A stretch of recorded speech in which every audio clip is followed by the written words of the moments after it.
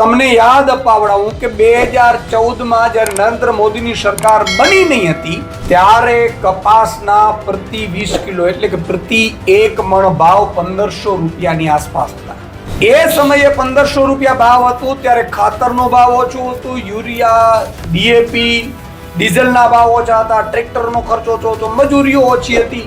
અત્યારે 11 વર્ષના નરેન્દ્ર મોદીના શાસન બાદ ભાજપ અને નરેન્દ્ર મોદી કઈ રીતે ખેડૂત વિરોધી માનસિકતા ધરાવે છે, છતી થઈ છે. 11 વર્ષ બાદ અત્યારે કપાસના ભાવ 1300 રૂપિયાની આસપાસ છે. 1300 મોસમ આવે ત્યારે મળતા નથી, સિઝનમાં જ્યારે કપાસ આવે ત્યારે તો ભાવ 1000-1100 થઈ જવાય છે.